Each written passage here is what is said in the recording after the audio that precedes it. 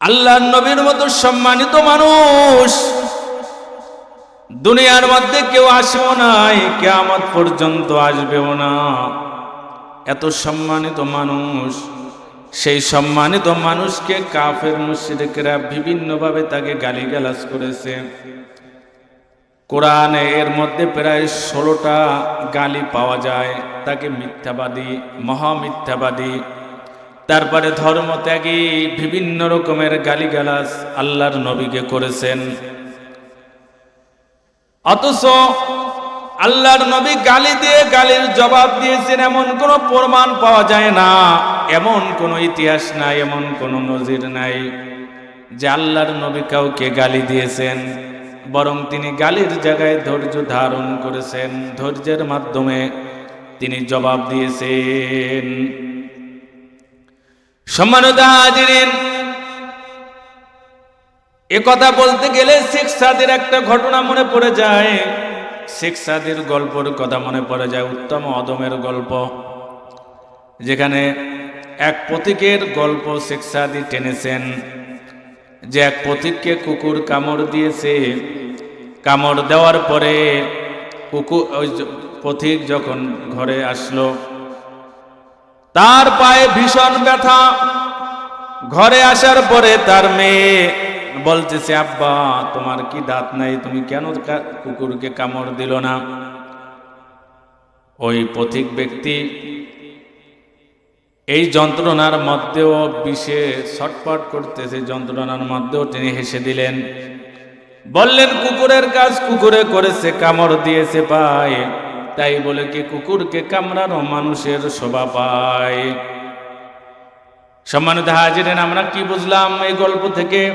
এই গল্প থেকে শিক্ষণীয় বিষয় হলো জাহেল লোকেরা, মূর্খ লোকেরা, এরা আপনাকে বিভিন্ন রকম গালিগালাজ করতে পারে, এরা আপনাকে বিভিন্ন রকম কথা বলতে পারে, কিন্তু ওই কুকুরের কাজ কুকুরে করেছে ওরকম আপনাকে এমন হতে হবে যে ওই ব্যক্তি যে আপনাকে গালি দিয়েছে তো অসভ্য, অভদ্র লোক। এজন্য আপনি তো আর অভদ্র নয়, আপনি তো সভ্য মানুষ। গালি দিয়ে জবাব দেওয়া যাবে না।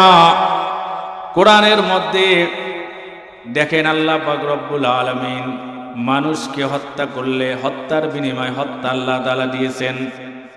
আন্নান নাফসা বিন নাফসি ওয়াল আইনা বিল আইনি ওয়াল আনফা বিল আনফি ওয়াল উযুনা বিল উযুনি ওয়াস সিন্না বিস সিন্নি ওয়াল জুরুহা কিসাস। কেউ যদি কাউকে হত্যা করে তাহলে হত্যার বিনিময়ে তাকে হত্যা করতে হবে, এটা কোরআনের আইন। যদি আমাদের দেশে কোরআনের আইন কখনো চালু হয় তাহলে এটা চালু হবে। কেউ যদি কারো নাক ভেঙে দেয়, নাকের বিনিময়ে তার নাক ভেঙে দিতে হবে। কেউ যদি কাউ কানে আঘাত করে, আঘাতের বিনিময়ে তাকে আঘাত করতে হবে। কেউ যদি কারো একটা দাঁত ভেঙে দেয়, দাঁতের বিনিময়ে তার দাঁত ভেঙে দিতে হবে। এটা কোরআনের আইন। কিন্তু কোন গালির পরিবর্তে গালি দেওয়ার বিধান আল্লাহ তাআলা দেন নাই, এবং আল্লাহর নবীর ইতিহাস থেকে কেউ গালি দিলে গালি দেওয়ার বিধান পাওয়া যায় না। এজন্য বন্ধুরা আমার, কিছু জাহেল মানুষের আপনাকে বিভিন্ন রকমের কথা বলবে, কিন্তু আল্লাহর প্রিয় বান্দা হওয়ার জন্য আপনাকে ধৈর্য ধারণ করে ওই গালির জবাব দেওয়া যাবে না। আপনাকে ধৈর্যের মাধ্যমে গালির জবাব দিতে হবে। সম্মানিত হাজিরিন, তাহলে আল্লাহর প্রিয় বান্দা হওয়ার জন্য দ্বিতীয় নাম্বার গুণ হচ্ছে, আর এখানে জাহেল লোক বলতে আপনার এখানে অশিক্ষিত মানুষ বোঝানো হয় নাই, বরং শিক্ষিত হতে পারে কিন্তু আপনার সাথে অভদ্র ভাষায় কথা বলতে পারে। সম্মানিত হাজিরিন, এরপরে 3 নাম্বার গুণ হচ্ছে ওয়াল্লাযীনা ইয়াবিতুনা লিরাব্বিহিম সুজদাও ওয়া কিয়ামা। আল্লাহর প্রিয় বান্দা যারা হবে, রহমানের বান্দা যারা হবে, তারা রাতের বেলায় তারা ঘুমিয়ে থাকতে পারে না। সবাই যখন আরামের ঘুম ঘুমায় তখন আল্লাহর প্রিয় বান্দা ঘুমিয়ে থাকতে পারে না, বরং সে রাত্র কাটায় সিজদা এবং দাঁড়ানো কিয়ামের মাধ্যমে। দাঁড়িয়ে থাকার মাধ্যমে এবং সিজদার মাধ্যমে সে রাত্রকে কাটিয়ে দেয়। সম্মানিত হাজিরিন, আল্লাহর নবী বলেন, عن أبي هريرة رضي الله تعالى عنه قال قال رسول الله صلى الله عليه وسلم ما رأيت مثل النار نام حاربها ولا مثل الجنة نام طالبها। তিরমিজি 2601 নম্বর হাদিস, সহিহ হাদিস। আল্লাহর নবী বলেন, আমি জাহান্নামের মতো এমন কিছু দেখি নাই যার থেকে আত্মরক্ষাকারীগণ ঘুমে অচেতন, আর জাহান্নামের মতো এমন কিছু দেখি নাই যা থেকে আত্মরক্ষাকারীগণ ঘুমে অচেতন। তার মানে যে ব্যক্তি জাহান্নামকে ভয় করে ও রাতের বেলায় ঘুমিয়ে থাকতে পারে না, ও রাতের বেলায় গভীর রাতে উঠে তাহাজ্জুদের নামাজ পড়ে আর জাহান্নাম থেকে সে পানা চায়, জাহান্নামের আগুন থেকে পানা চায়। আবার যে ব্যক্তি জান্নাতের আশা করে সেও ঘুমিয়ে থাকতে পারে না, সেও গভীর রাতে উঠে এরপরে জান্নাতের আশায় আল্লাহ তাআলার কাছে জান্নাত চায় আল্লাহ তাআলার কাছে। আল্লাযীনা ইয়াবিতুনা লিরাব্বিহিম সুজদান ওয়া কিয়ামা। আল্লাহর প্রিয় বান্দা হতে হলে আপনাকে গভীর রাতে উঠতে হবে, উঠে তাহাজ্জুদের নামাজ আদায় করে আল্লাহ তাআলার কাছে দোয়া করতে হবে, কারণ ওই সময়ের দোয়া আল্লাহ তাআলা বেশি গ্রহণ করেন, বেশি কবুল করেন। সম্মানিত হাজিরিন, আমি ওই ব্যক্তির ব্যাপারে অবাক হই যেই ব্যক্তির মা চলে গেল, বাবা চলে গেল, অথচ রাতের বেলায় সে কিভাবে ঘুমিয়ে থাকে বড় আশ্চর্য হয়ে যায়। ওই ব্যক্তি রাতের বেলায় ঘুমাতে পারে না, বরং তাহাজ্জুদের নামাজ পড়ে মা বাবার জন্য তার দোয়া করা জরুরি। সম্মানিত হাজিরিন, তাহলে আল্লাহর প্রিয় বান্দা যারা হবে তারা গভীর রাতে উঠে যাবে এবং দাঁড়ানোর মাধ্যমে, সিজদার মাধ্যমে তারা রাত্রি কাটিয়ে দিবে। তারা খেলা দেখার মাধ্যমে রাত্র কাটাবে না, গান বাজনা শোনার মাধ্যমে রাত্র কাটাবে না। যেটা বর্তমানে সময় এমন হয়েছে, আমাদের ছেলে মেয়েগুলো সারা রাত মোবাইল টিপতে টিপতে এরপরে ঘুমায়। যখন মোবাইলের চার্জ শেষ হয়ে যায় এরপরে মোবাইলটা চার্জে দিয়ে তারপরে ঘুমিয়ে যায়। তাতে যদি রাত্র 12টা, 1টা, 2টা, 3টা বেজে যায় তাতেও অসুবিধা নাই, সারা রাত মোবাইল টিপতে থাকে। এমন একটা সময় আমরা অতিবাহিত করতেছি। এরপরে আল্লাহর প্রিয় বান্দা হওয়ার জন্য 4 নাম্বার গুণ, والذين يقولون ربنا اصرف عنا عذاب جهنم إن عذابها كان غراما। আল্লাহর প্রিয় বান্দা যারা হবে তারা এভাবে আল্লাহ তাআলার কাছে দোয়া করবে, আল্লাহ জাহান্নামের আযাব থেকে আপনার কাছে আমি আশ্রয় চাই, পানা চাই, কারণ সে আযাব তো বড় মারাত্মক আযাব, সে আযাব বড় ধ্বংসকারী আযাব। ওই আযাব থেকে আপনার কাছে আমি পানা চাই, আপনার কাছে আশ্রয় চাই জাহান্নামের আযাব থেকে। সম্মানিত হাজিরিন, আমাদের মধ্যে কিছু মানুষ আছে যারা 5 ওয়াক্ত নামাজ যারা আদায় করে, তারা অনেক সময় মনে করে আল্লাহ তো আমাদেরকে জান্নাত না দিলে কাদের কি দিবে, অত জাহান্নাম থেকে পানা চাওয়াকে তারা গুরুত্ব দেয় না, পানা চাওয়াকে তারা বুঝে না। জাহান্নাম থেকে পানা যে চেতে হয় এটা আল্লাহ তাআলার আদেশ এবং এটা আল্লাহর নবীর একটা গুরুত্বপূর্ণ সুন্নাত। জাহান্নাম থেকে পানা চাওয়া, কবরের আযাব থেকে পানা চাওয়া। সহিহ বুখারীর হাদিসের মধ্যে আসছে, একদিন আম্মা জান আয়েশা রাদিয়াল্লাহু তাআলা আনহার কাছে এক ইহুদি মহিলা এসে তার কাছে বলল যে আমাকে কিছু সাহায্য দেন, এর উসিলায় আল্লাহ তাআলা যেন আপনাকে কবরের আযাব থেকে পানা দেয়, মাফ করে দেয়। তখন আম্মা জান আয়েশা তাকে ধরে রাখলেন, বললেন আল্লাহ রাসূল না আসলে তোমাকে ছাড়ব না, কারণ আম্মা জান আয়েশা জানতেন না যে কবরের মধ্যেও আযাব হবে। তিনি এর আগে জানতেন না, তিনি জানতেন শুধু জাহান্নামে যাওয়ার পরে আযাব হবে। জাহান্নামে যাওয়ার আগে কবরের এই যে মাঝখানে একটা জগৎ আছে আলামে বারজাক, এই কবরের জগতে যে আযাব হবে এটা তিনি জানতেন না। তিনি তাকে আটকিয়ে রাখলেন। আল্লাহর নবী আসার পরে জিজ্ঞেস করলেন যে হে আল্লাহর নবী, ইনি তো বলতেছে কবরে আযাব হবে। তখন আল্লাহর নবী বললেন, হ্যাঁ, আযাবুল কবরি হাক্কুন, কবরের আযাব সত্য। এরপরে আম্মা জান আয়েশা রাদিয়াল্লাহু তাআলা হাদিস বর্ণনা করেন, বলেন যে আল্লাহর নবী এর পরে এমন কোন নামাজ আদায় করেন নাই যেই নামাজের মধ্যে তিনি কবরের আযাব এবং জাহান্নামের আযাব থেকে আল্লাহর কাছে আশ্রয় না চেয়েছেন। আল্লাহুম্মা ইন্নী আউযু বিকা মিন আযাবিল কবরি ওয়া মিন আযাবি জাহান্নাম ওয়া মিন ফিতনাতিল মাহইয়া ওয়াল মামাত ওয়া মিন শাররি ফিতনাতিল মাসিহিদ দাজ্জাল।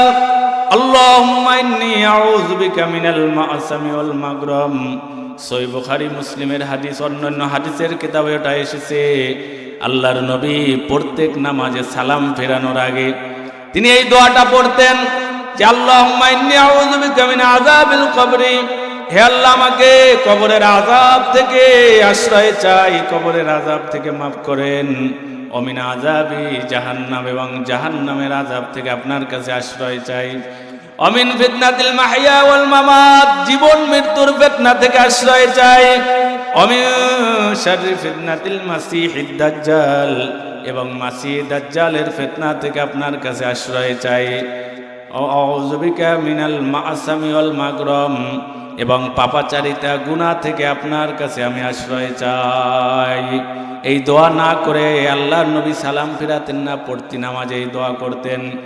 সম্মানিত হাজিরিন, তাহলে রহমানের বান্দা, আল্লাহর প্রিয় বান্দা, তারা যারা এভাবে জাহান্নামের আযাব থেকে আল্লাহ তাআলার কাছে আশ্রয় চায়, যতই আপনি নামাজ পড়েন, যতই রোজা রাখেন, যতই ইবাদত বন্দেগী করেন না কেন, অবশ্যই জাহান্নামের আযাব থেকে আল্লাহ তাআলার কাছে আশ্রয় চেতেই হবে। এরপর ইন্না সাআত মুস্তাকাররা ওয়া মুকামা, নিশ্চয় এই জাহান্নাম নিকৃষ্ট আবাসস্থল হিসাবে, থাকার জায়গা হিসাবে এটা বড় নিকৃষ্ট একটা জায়গা। সম্মানিত হাজিরিন, কত বড় নিকৃষ্ট এটা আপনারা অন্যান্য তাফসীর বা আলোচনায় শুনেছেন। আজকে বিস্তারিত ব্যাখ্যা দেওয়ার সময় নাই, তবে সংক্ষেপে একটু বলে যাই, যেখানে আল্লাহ তাআলা জাহান্নাম কত নিকৃষ্ট সেটার দিকে আল্লাহ তাআলা এখানে ইঙ্গিত করেছেন। আল্লাহ পাক রব্বুল আলামিন জাহান্নামের মধ্যে বিভিন্ন ধরনের আযাব দিবেন। সেই আযাবের মধ্যে একটা হচ্ছে যে মানুষের শরীর মোটা করার মাধ্যমে আযাব দিবেন। কিরকম মোটা বানাবেন? সেই মোটা আপনারা অনুমান করতে পারবেন, সেই জাহান্নামের আসামিদের গায়ের চামড়া হবে 42 হাত মোটা, এবং তার এক একটা দাঁত হবে উহুদ পাহাড়ের মতো। যেই উহুদ পাহাড় হচ্ছে 7 কিলোমিটার লম্বা, 3.5 কিলোমিটার চওড়া, 350 মিটার উঁচু বিশাল পাহাড়। সবচেয়ে বড় পাহাড় উহুদ পাহাড়। সেই উহুদ পাহাড়ের মতো যদি একটা দাঁত হয়, তাহলে তার 32টা দাঁত কত বড় হবে এবার চিন্তা করেন। তাহলে দেহটা কত বড় হবে? তার বসার জায়গা হবে মক্কা এবং মদিনার মাঝখানে যত জায়গা আছে 425 কিলোমিটার, এত বড় তার বসার জায়গা হবে। এত বড় বিশাল দেহ আল্লাহ তাআলা বানাবেন শাস্তি দেওয়ার জন্য। সম্মানিত হাজিরিন, তাহলে বিস্তারিত ব্যাখ্যা দেওয়ার সময় হবে না, তাহলে আমরা সেই 18টি গুণ বর্ণনা করতে পারবো না। এবার আসেন সামনে, যারা আল্লাহর প্রিয় বান্দা হবে তাদের এবার 5 নাম্বার গুণ হচ্ছে আল্লাযীনা ইযা আনফাকু লাম ইউসরিফু ওয়া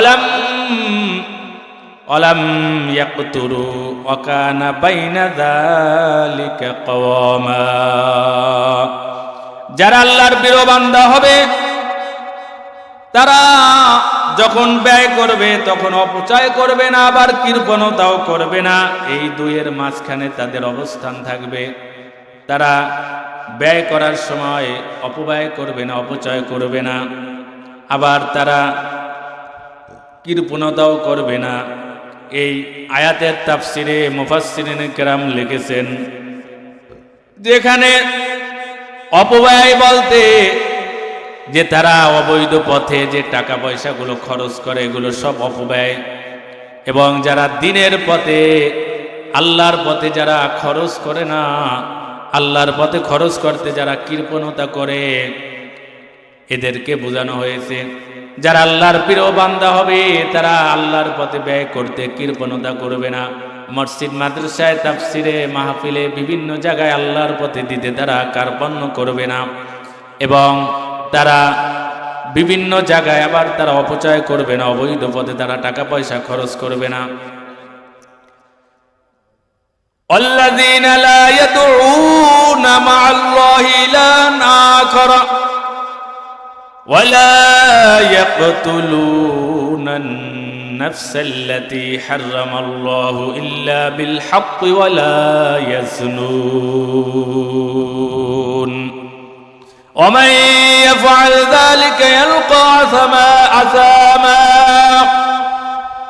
যারা আল্লাহর প্রিয় বান্দা হবে তারা আল্লাহকে একনিষ্ঠভাবে ডাকবে, তার সাথে কাউকে শরীক করবে না, অন্য কোনো ইলাকে শরীক করবে না, তারা আল্লাহর সাথে কাউকে শরীক করবে না। এরপরে তারা জিনা ব্যভিচার করবে না, তারা মানুষকে ওয়ালা ইয়াকতুলুনা, তারা মানুষকে হত্যা করবে না। আন-নাফসাল্লাতী হাররামাল্লাহু ইল্লা বিল হাক্কি, তারা অন্যায়ভাবে মানুষকে হত্যা করবে না। ওয়ালা ইয়াজনুন, তারা জিনা ব্যভিচার করবে না। এই আয়াতের মধ্যে তিনটা গুণ বর্ণনা করা হয়েছে, যে যারা আল্লাহর প্রিয় বান্দা হবে তারা শিরক করবে না। এরপরে আল্লাহর প্রিয় বান্দা যারা হবে তারা অন্যায়ভাবে মানুষকে হত্যা করবে না। আল্লাহর প্রিয় বান্দা যারা হবে তারা জিনা ব্যভিচার করবে না। ওমাই ইয়াফআল যালিকা ইয়ালকা আসামা, এটা যারা করবে তারা নিশ্চয় শাস্তির এবং জাহান্নামের কাজ তারা করেছে। সম্মানিত হাজিরিন, তাহলে এখানে এই আয়াতের মধ্যে এক নম্বরে তারা আল্লাহর সাথে অন্য কাউকে শরীক করবে না, আল্লাহর সাথে অন্য কাউকে তারা ডাকবে না। আমাদের সমাজে কিছু মানুষ এরকম আছে যারা আল্লাহকেও ডাকে, আবার মাজারে যাইয়া সিজদাও দেয়। তারা পীর বাবাকে ডাকে, খাজা বাবা, গাজা বাবা এদেরকেও ডাকে, আবার আল্লাহকেও ডাকে। তারা দুরূদ পড়ে, আল্লাহর নবীকেও, নবীর শানেও পড়ে, আবার তাদের বাবার শানেও পড়ে। সম্মানিত হাজিরিন, যারা আল্লাহর প্রিয় বান্দা হবে তারা আল্লাহর সাথে আল্লাহকে একনিষ্ঠভাবে ডাকবে, তার সাথে অন্য কাউকে শরীক করবে না। এরপরে ওয়ালা ইয়াকতুলুনান নাফসাল্লাতী হাররামাল্লাহু ইল্লা বিল হাক্কি, তারা অন্যায়ভাবে মানুষকে হত্যা করবে না। অন্যায় কিভাবে? তিনটি কারণে মানুষকে হত্যা করা হয় ইসলামী বা কোরআনের আইনে। এক নম্বরে, কেউ যদি তার ধর্ম ত্যাগ করে তাকে হত্যা করে দেওয়ার জন্য বলা হয়েছে। কেউ যদি কাউকে হত্যা করে, এই হত্যার বিনিময়ে তাকে হত্যা করতে হবে। এরপরে কেউ যদি বিবাহের পরে জিনা ব্যভিচার করে তাহলে তাকে হত্যা করতে হবে। সম্মানিত হাজিরিন, এই তিনটি কারণে যদি কেউ কাউকে হত্যা করে তাহলে তার জন্য, কেউ কাউকে হত্যা করলে হত্যার বিনিময়ে তাকে হত্যা করতে হবে, এটা কোরআনের আইন। এরপরে যদি ওই হত্যাকৃত ব্যক্তির আপনজনেরা মাফ করে দেয় দিয়াতের বিনিময়ে, তাহলে তাকে দিয়াত দিতে হবে, রক্তপণ দিতে হবে। আর সেই রক্তপণ হচ্ছে 100 উট। যেই একটা উটের দাম আমাদের দেশে 26 লক্ষ টাকা থেকে 26 থেকে 27 28 লক্ষ টাকা একটা উটের দাম, এরকম 100 উট দিতে হবে, অথবা 200 গরু, অথবা 2000 ছাগল বা বকরি অথবা দুম্বা দিতে হবে। সম্মানিত হাজিরিন, তাহলে মানুষকে হত্যা করা এবার বুঝেন কত বড় অপরাধ, বড় মারাত্মক অপরাধ। এর বিস্তারিত আলোচনা করা সম্ভব নয়, অথচ আমাদের সমাজে আজকে ঘরে ঘরে হত্যা বেড়ে গেছে। আজকে ফ্রিজের মধ্যে লাশ পাওয়া যায়, বাবা ছেলেকে হত্যা করতেছে, ছেলে বাবাকে হত্যা করতেছে। নদীর মধ্যে লাশ পাওয়া যায়, বিলের মধ্যে, খালের মধ্যে, জঙ্গলের মধ্যে, বিভিন্ন জায়গায় লাশের আজকে স্তূপ। এবং এটা মহামারী আকারে ধারণ করেছে, সামান্য কারণে একজন আর একজনকে হত্যা করতেছে। অথচ কোরআনের বিধান হলো মানুষকে হত্যা করা, অন্যায়ভাবে মানুষকে হত্যা করা এত বড় মারাত্মক অপরাধ। মান কাতালা নাফসান বিনাও ফাসাদিন ফিল আরদি ফাকান্নামা কাতালান নাস জামিআ ওয়া মান আহইয়াহা ফাকান্নামা আহইয়ান নাস জামিআ। আল্লাহ বলেন, কেউ যদি কাউকে অন্যায়ভাবে হত্যা করে তাহলে সে যেন তামাম দুনিয়ার মানুষকে হত্যা করলো। অর্থাৎ একজন মানুষকে হত্যা করলে তামাম দুনিয়ার মানুষকে হত্যা করার অপরাধ তার হবে।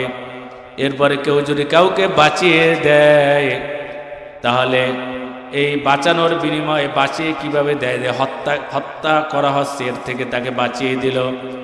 অথবা কোনো শিশু বাচ্চা নদীতে পড়ে যাচ্ছে বা নদীতে পড়ে গেছে, পানিতে পড়ে গেছে, এর থেকে উঠাইয়া দিল। এভাবে কেউ যদি কাউকে বাঁচিয়ে দিতে পারে তাহলে সে যেন তামাম দুনিয়ার মানুষকে বাঁচিয়ে দিল। সম্মানিত হাজিরিন, তাহলে মানুষকে হত্যা করা এত বড় অপরাধ, এত বড় মারাত্মক গুনাহ।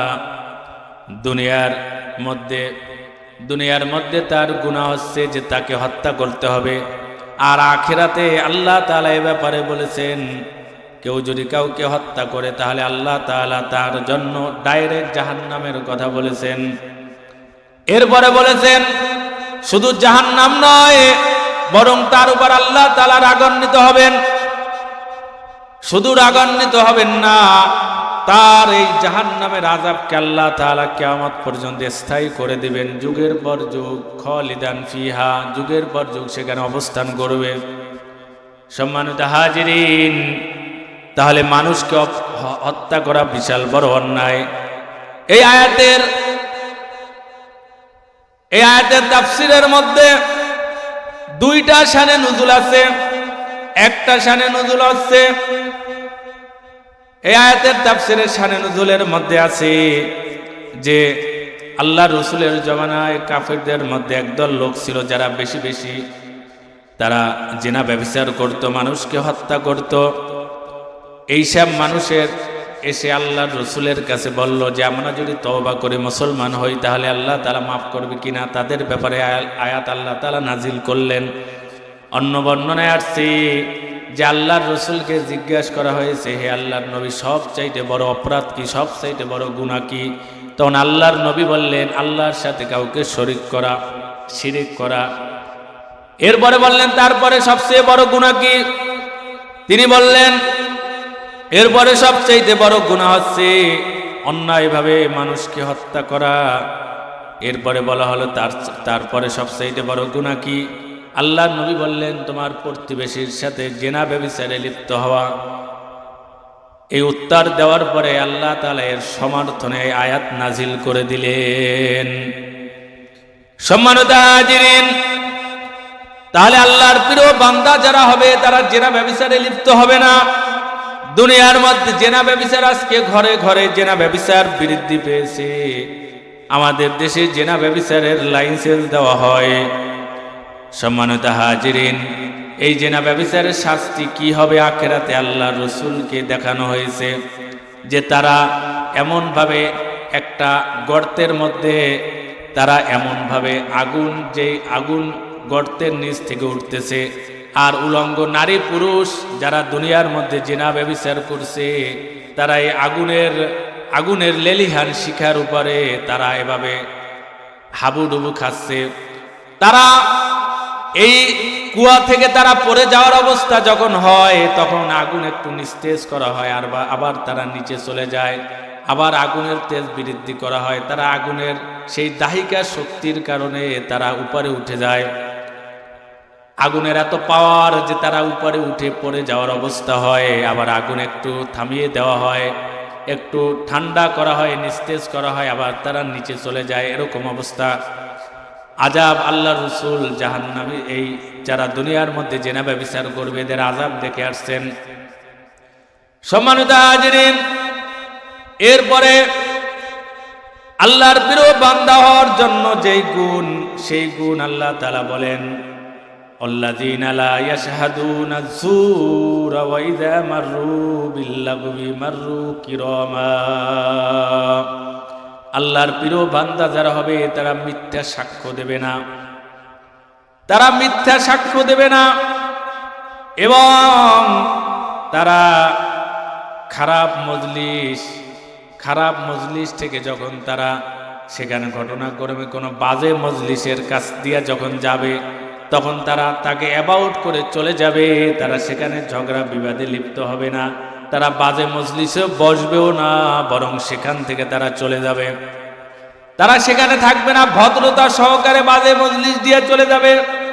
এই আয়াতের তাফসীরের মধ্যে বলা হয়েছে যে ওই যে মূর্তি পূজারীদের আপনার যেই বাজে মজলিস আছে, তাদের যে মেলা হয়, অনুষ্ঠান হয়, তাদের যেই আপনার বর্তমানে যেরকম হিন্দুদের যে মেলা বা হিন্দুদের যে অনুষ্ঠানগুলো হয়, মূর্তি পূজা হয়, হিন্দুদের যে দুর্গা পূজা, অন্যান্য পূজা হয়, এরকম মজলিস দিয়া যখন ভদ্র লোক তাদের পাশ দিয়ে যাবে তখন ভদ্র সহকারে চলে যাবে, সেখানে দাঁড়াবেও না, দেখবেও না। সে অনুষ্ঠানে যাওয়া তো দূরের কথা, সেখানে লাড্ডু খাওয়া তো দূরের কথা, সেখানে ধারে কাছেও যাবে না। যদি ঘটনাক্রমে যে যায় সেখান থেকে আসতে ভদ্রতা সহকারে চলে যাবে। এটা আল্লাহর রহমানের বান্দার গুণ, রহমানের বান্দার গুণ আছে এটা। কিন্তু আমাদের সমাজে আজকে একথা বললে অনেকে রাগ করে, অনেকে আবার একথা বললে অসন্তুষ্ট হয়।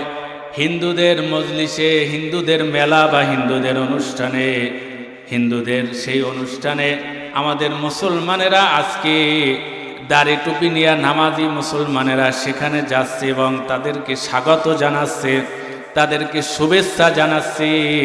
শুভেচ্ছা মানে হলো শুভ ইচ্ছা, তার মানে তোমাদেরটাও ঠিক আছে, আমাদেরটাও ঠিক আছে, নাউজুবিল্লাহ।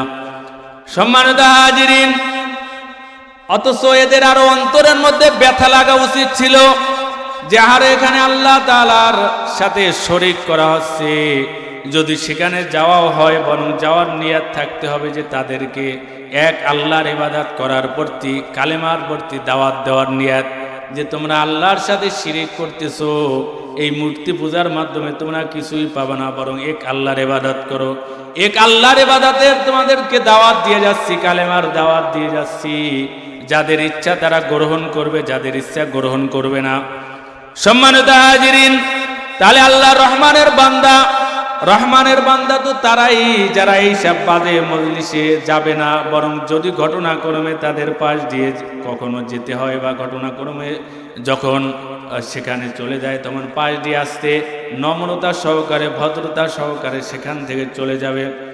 সম্মানিত হাজিরিন, এরপরে আল্লাহ রহমানের বান্দার আরেকটা গুণ হচ্ছে ওয়াল্লাযীনা ইযা যুক্কিরু বিআয়াতি রাব্বিহিম লাম ইয়াখিরু আলাইহা সুম্মান ওয়া উময়ানা।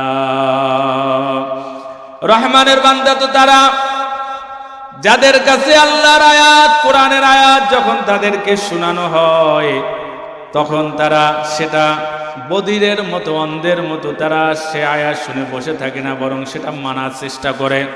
আমাদের সমাজে আজকে কত মানুষ তাফসীর শুনে শুধু সুরের পাগল, সুর শুনিয়া সেখানে সুরের জন্য বসে, আমলের নিয়াতে বসে না। তারা তাদের এক কান থেকে শুনে আর এক কান দিয়ে বের হয়ে যায়, আমলের মধ্যে নেয় না। রহমানের বান্দার গুণ এরকম হবে না, আল্লাহর প্রিয় বান্দারা এরকম হবে না, বরং তারা আমলের নিয়তে শুনবে এবং তারা যখন এই কোরআনের আয়াত শুনবে, যখন আল্লাহর এই বিধানগুলো শুনবে, তারা মানার জন্য জান প্রাণ দিয়ে তারা চেষ্টা করবে। والذين يقولون ربنا هب لنا من أزواجنا وذرياتنا قرة أعين واجعلنا للمتقين إماما। এবার বান্দা, রহমানের বান্দার নিজের আমলের গুণগুলো গেল, নিজে অনেক আমল, এগুলো এই গুণ বর্ণনা করছে।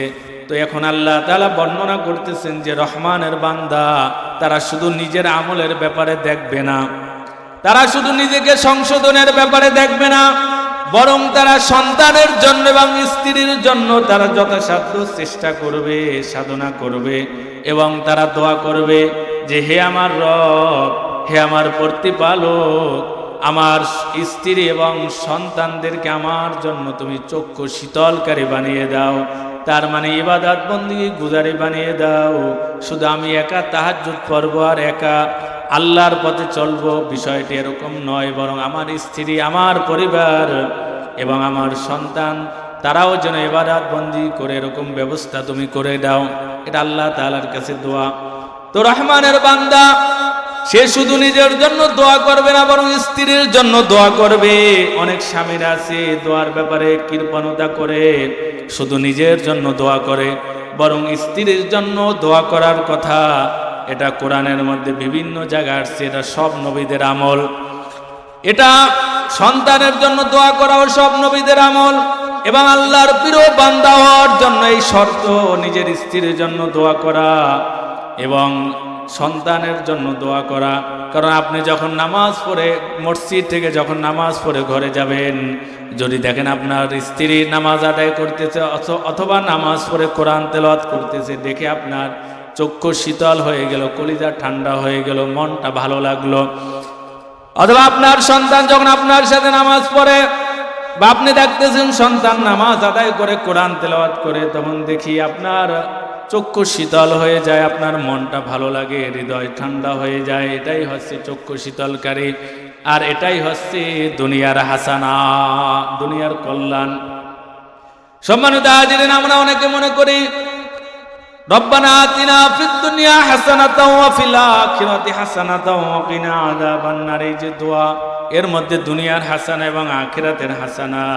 আমরা মনে করি যে দুনিয়ার হাসানা বলতে মনে হয় টাকা পয়সা সম্পদ, এগুলো দুনিয়ার হাসানা, বরং না, বরং এই আয়াতের তাফসিরে সাহাবায়ে কেরাম সহ বিভিন্ন মুফাসসিরিন কেরাম এই আয়াতের তাফসির করেছেন দুনিয়ার হাসানা বলতে নেককার সন্তান, নেককার স্ত্রী, এটা দুনিয়ার হাসানা। তো এটা আল্লাহ তাআলার কাছে প্রার্থনা করতে হবে। আমরা অনেকে মনে করি আমার স্ত্রীও তো জাহান্নামেই যাবে, জান্নাতে তো যেতে পারবে না, যেই ব্যবহার করে, যে অবস্থা আমার সাথে যেই খারাপ ব্যবহার করে, ওর জন্য তো জাহান্নাম, জান্নাতে তো যেতে পারবে না। এই জন্য স্ত্রীর জন্য আমরা দোয়া করি না, কৃপণতা করি। বরং নয়, এটা নয়, রহমানের বান্দারা তারা এই দোয়াটা মুখস্থ করে দোয়া করবে, রব্বানা হাবলানা মিন আজওয়াজিনা ওয়া যুররিয়াতিনা কুররাতা আইনুন ওয়াজআলনা লিল মুত্তাকিনা ইমামা। আরবিতে না পারলে বাংলায় করবেন যে আল্লাহ আমার স্ত্রী, আমার সন্তান আমার জন্য চক্ষু শীতলকারী বানিয়ে দাও। রহমানের বান্দার গুণ কোরআন থেকে বর্ণিত হলো।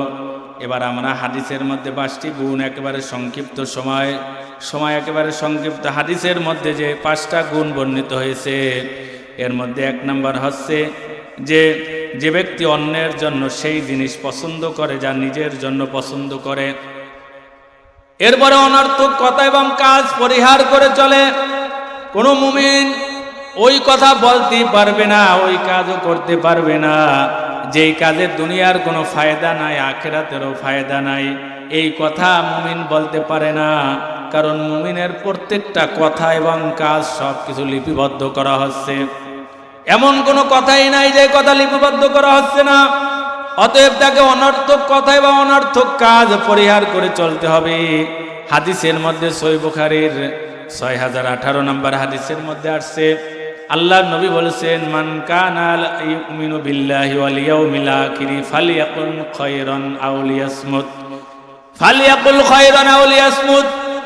মান কানা ইউমিনু বিল্লাহি ওয়াল ইয়াউমিল আখির, আল্লাহর নবী বলেন, তুমি যদি আল্লাহ এবং আখিরাত দিবসের প্রতি ঈমান রাখো, বিশ্বাস রাখো, তাহলে তুমি ভালো কথা বলো, উত্তম কথা বলো, অথবা চুপ থাকো। কথা বললে ভালো কথা বলতে হবে, তা না হলে চুপ থাকতে হবে। মুমিন কখনো সে বেহুদা কথা, যেই কথা দুনিয়ারও কোনো ফায়দা নাই, আখিরাতেরও কোনো ফায়দা নাই, এই কথা কোনো মুমিন বলতে পারবে না। এরপরে বড়কে সম্মান এবং ছোটকে স্নেহ, এরপরে মানুষ এবং পশু পাখি সকলের প্রতি দয়ার আচরণ করে, এরপরে অন্যের প্রতি ভালোবাসা, বিদ্বেষ, এগুলো সম্পূর্ণ আল্লাহ তাআলার জন্য। কাউকে ভালোবাসে সেটাও আল্লাহ তাআলার জন্য, আর কারোর সাথে বিদ্বেষ পোষণ করে, ইসলামের শত্রুদের সাথে বিদ্বেষ পোষণ, এটাও আল্লাহ তাআলার জন্য। সম্মানিত হাজিরিন, এবার 2-1 মিনিটের মধ্যে আমরা 18টি গুণ সম্পূর্ণ আমি এক নজরে বলতেছি। 1 নাম্বার গুণ হলো, যে ব্যক্তি সর্বদা নিজেকে আল্লাহর দাস, আল্লাহর গোলাম মনে করে এবং সেই অনুযায়ী তার আচরণকে আল্লাহর ইচ্ছার অনুগামী রাখে। 2 নাম্বার গুণ, যে ব্যক্তি নিরহংকারভাবে চলে, অহংকার করে চলে না। 3 নাম্বারে, মূর্খদের সাথে তাচ্ছিল্য করা আচরণে যে ব্যক্তি শান্ত ভাব অবলম্বন করে। 4 নাম্বার গুণ, আল্লাহর ইবাদতে রাত্রি জাগরণ করে। 5 নাম্বার গুণ, জাহান্নাম থেকে বাঁচার জন্য আল্লাহর কাছে প্রার্থনা করে। 6 নাম্বার গুণ, অপচয় কৃপণতার মধ্যবর্তী অবস্থান অবলম্বন করে। 7 নাম্বার, আল্লাহর সাথে অন্য কেউ আহ্বান করে না। 8 নাম্বারে, অন্যায়ভাবে মানুষকে হত্যা করে না। 9 নাম্বারে, ব্যভিচার করে না। 10 নাম্বারে, শিরিক বিদআত মন্দ মজলিস এতে যোগদান করবে না। 11 নাম্বারে, যারা বাজে মজলিসের পাশ দিয়ে গেলেও ভদ্রতা সহকারে অতিক্রম করে। 12 নাম্বার গুণ, যখন তাদের সামনে আল্লাহর আয়াতসমূহ শোনানো হয় তখন তারা গভীর মনোযোগ দিয়ে শুনবে এবং সেই অনুযায়ী আমল করবে।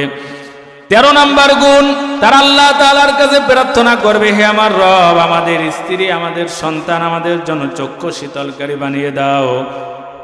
এরপরে 14 নাম্বার গুণ, যে ব্যক্তি অন্যের জন্য সেই জিনিস ভালোবাসে যা নিজের জন্য ভালোবাসে।